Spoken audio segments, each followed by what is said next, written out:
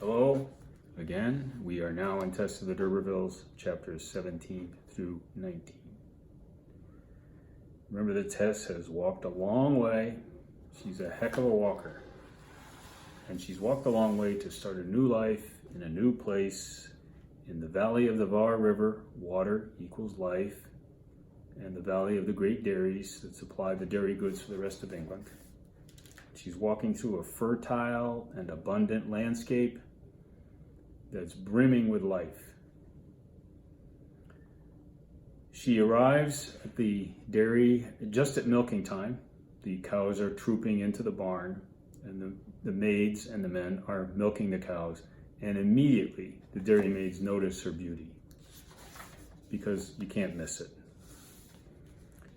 Dairy is run by Mr. Richard Crick, Dairyman Crick, and he's glad to have her there. He welcomes her warmly and makes the comment that an aged woman told me that a family your mother married into were an old ancient race that had all but perished off the earth. Now, Tess's ancestral heritage has done her absolutely no good so far. And despite her hoping that in coming to a new land she would escape it, it has followed her. But she decides that it's time to go to work, and she doesn't want to hold back, and she starts working right away, drinks some unpasteurized milk to give her some strength, and she now feels a serenity she has not had in months. The milkers are working steadily, and the cows for some reason aren't giving much milk today. Well, one of the older hands says, well, that's because somebody new has appeared among them. So it's dairy maids and dairy men, and then there's this one guy, and one says to him, sir, you should get your harp. Maybe they'd give more milk if you played your harp. Who's this guy? And they tell a story whose motto or moral is, well, it takes us back to medieval times when faith was a living thing. Apparently faith is not a living thing now. The Industrial Revolution is coming, a different time is coming, and faith isn't as strong as it used to be. Don't forget Matthew Arnold's poem, Dover Beach. The sea of faith is gone. There's this one guy in the barn who's trying to milk a cow and not doing too well because Mr. Crick watches him and says, it's knack, not strength that does it. Who's this? Well, he thinks he should have finished. He hasn't. And right away, Hardy describes him. He is wearing a garment over his other clothes. And beneath that garment that he's wearing is something educated, reserved, subtle, sad, and differing. This is a guy who has a deceptive outer appearance. Who is he? We'll find out soon. Well, it turns out that he was the young man who rejected her in the meadow at Marlet when the dance happened. He danced with all the other girls. He didn't dance with her. It hurt her feelings. As he walked away, she watched him. He turned over his shoulder, looked briefly at her, then he forgot about it. He left her there. Significant incident. He'll discover her story some way or other. But again, the girls in the barn can't get over how pretty she is, and they actually say it out loud. And finally, we find out his name. We know his name already. His name is Mr. Angel Clare. The son of a parson. Okay. He's too taken up with his thoughts to think about other girls or other people. Very self-centered. I don't know if I've asked the question already, so I'll ask Alicia.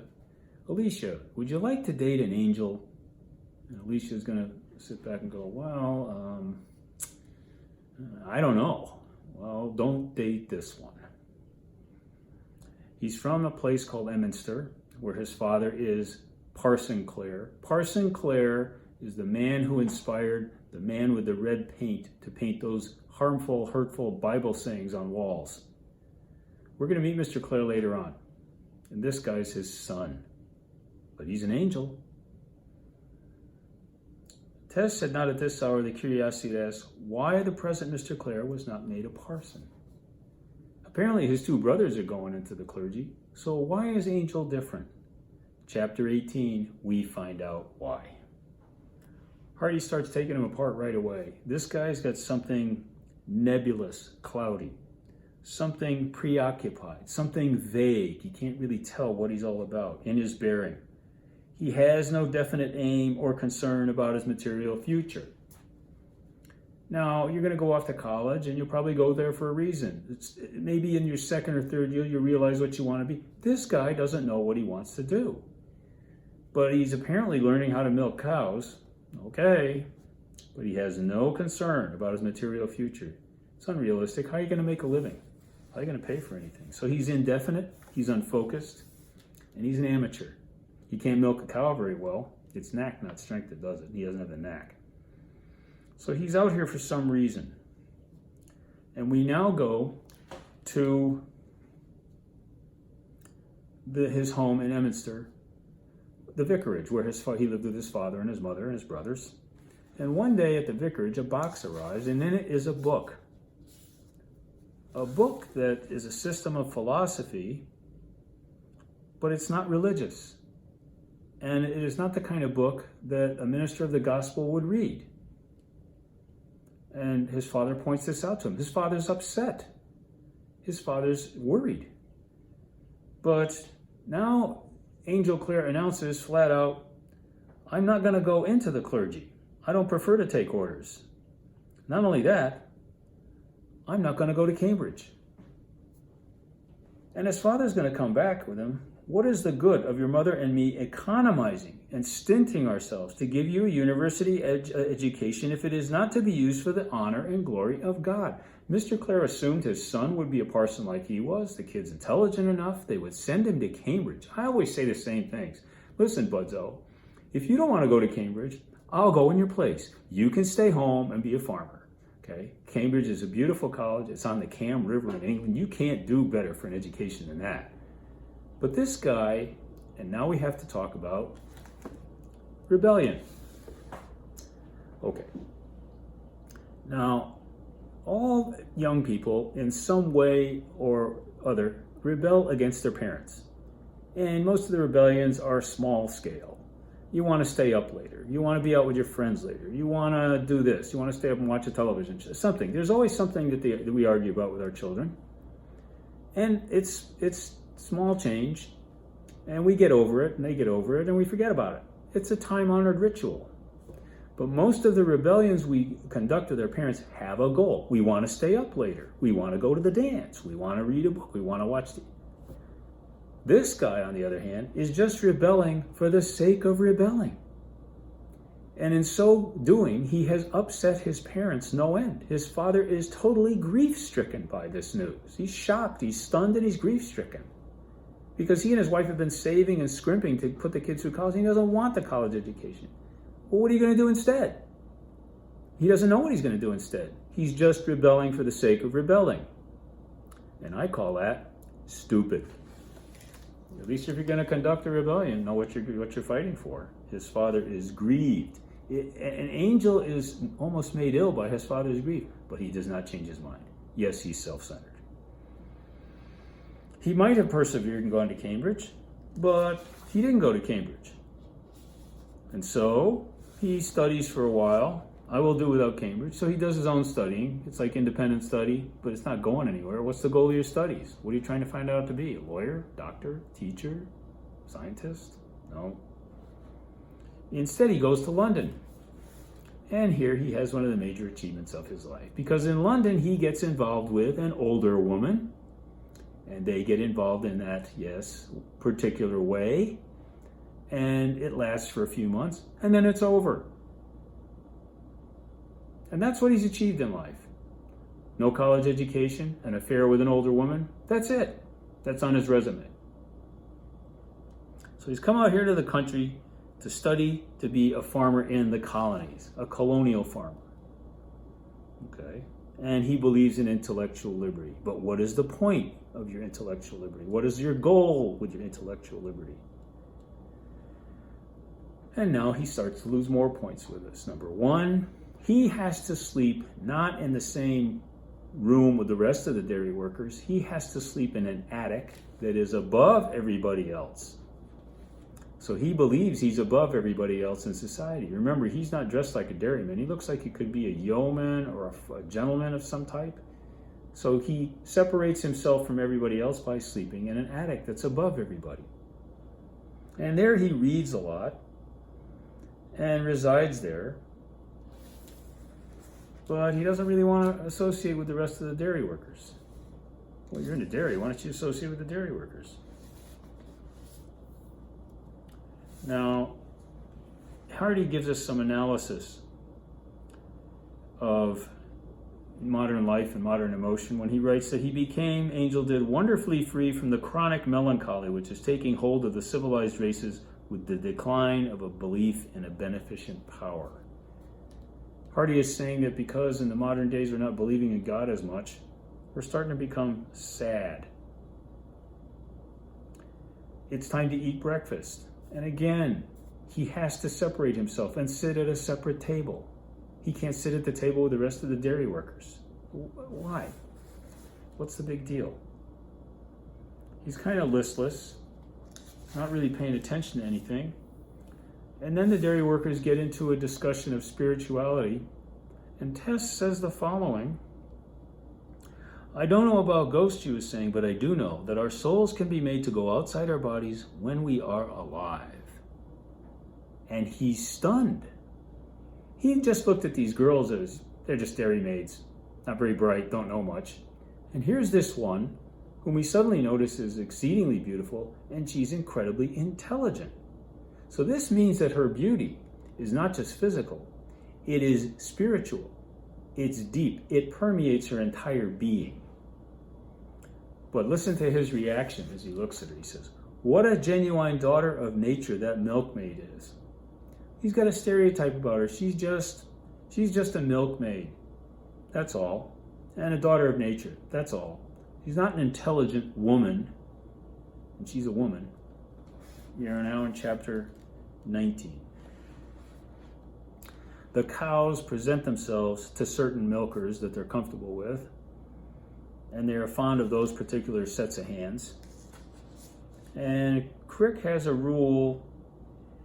He doesn't want interchange. He wants the cows to be comfortable because he wants to get his product out and he wants to get a lot of it. Tess has discovered which cows like her the most, and they range themselves. And one of them points out, Mr. Crick points out that, Mr. Clare, you've ranged the cows. But he says that Tess will always be here to milk them. So that's all you're going to be. You're going to be a dairymaid for the rest of your life. Now she's angry with herself. And now we have an encounter between them. He's out playing his mouth harp. And he's a lousy musician. So here's a guy who didn't want to go to college, can't milk a cow, can't play a mouth harp. Not really good for much, is he? And the landscape is brimming with fertility and fecundity, and she's walking out, and as she walks out, her skirt brushes the shrubbery beside her, and she gets the pollen of that on her dress, and she takes on the fecundity and fertility of that landscape. And they begin to discuss or talk. And she shares her inner self. And he says, I shouldn't have expected a young girl like you to see it so just yet. How is it you do? How is it you see that life can be bad? And he just sees her as a young girl. No, he misses it. Hardy's already said she's a complex woman, and he's missing that. He has no perception of her. You seem to see numbers of tomorrows. All seem very fierce and cruel as if they had. Well, okay, why does she see it that way? Because she's been beat up by life. And he has not been beat up by life. And she's an adult, and he's not. He's surprised that she can shape such sad imaginings. Well, he doesn't know anything about her. And when you think about it, they're not really communicating here. She's talking, he's not listening. He's on his own wavelength.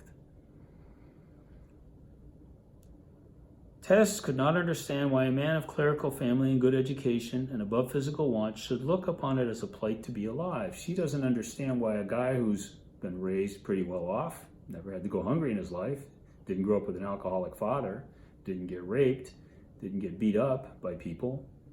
Why has he got this thing where life is hard? He hasn't had a hard life at all. He doesn't know what a hard life is. It was true that he was at present out of his class, but she knew that was only because he was studying what he wanted to know.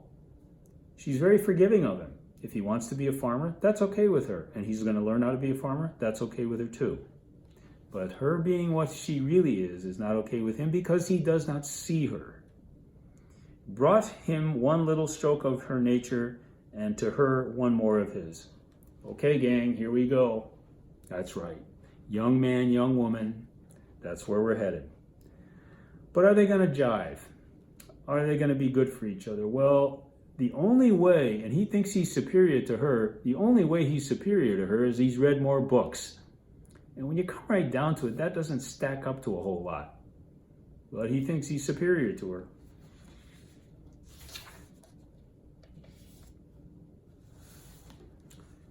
I feel I don't want to know anything more about it than I know already. Tess already knows what the world is like. And I don't know if I've quoted Sylvester Stallone yet. I hope I don't misquote him too much. When the last Rocky film said, "The world is a brutal, cruel place that will beat you to your knees." Life is not defined by how many times you get knocked down. It's defined by how many times you can get up and keep moving. Tess has gotten up and she is moving. She's too tough for anything else to happen. But she walks away thinking he thinks she's stupid. She's not stupid at all. She bethought herself of what she had latterly endeavored to forget, so unpleasant had it been its issues. It turns out that on the farm there's another girl, Reddy Priddle. Reddy Priddle is, like Tess, descended from an old aristocratic family, the Paradells, and like the D'Urbervilles, the Paradells have disappeared. Their lands and their wealth and their castles are gone. So there's two girls here who have the same story. But let's talk about the word nobility. What does it mean to be noble? Is it just because you can wear armor and ride on a horse? Is it because you've been knighted? Well, there's a different type of nobility we're talking about now. We're talking about nobility of character. And Tess has nobility of character. She has dignity. She has strength. She can bounce back from bad experiences. She's not going to be kept down very long. Yes, she has nobility of character. Angel Claire's name, if you look at Claire, you start thinking the word clear. He's not clear at all. He's not clear about where he's headed, or what he wants to do, or what he's doing here, or anything. And he certainly does not see Tess because he's so self-centered. As the girls said, he's too within his own thoughts to pay attention to girls. Well, he just started paying attention to one. Next assignment. Check my notes here. Chapters 20 to 26. We'll take those in halves as well.